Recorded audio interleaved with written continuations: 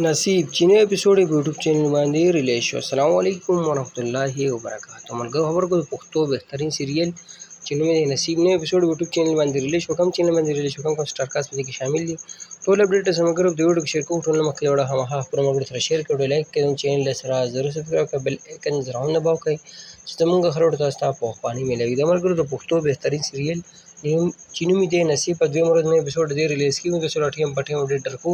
په دې کې کوم سټار کاست شامل دي، کوم نخکار هم چې ګل خان، صدیق خان، عثمان یمي، جنید برخان، نادیه ګوهر علي، عبدالله اوربیوي او داسې نور هم بهترین سټار کاست په دې کې شامل دي.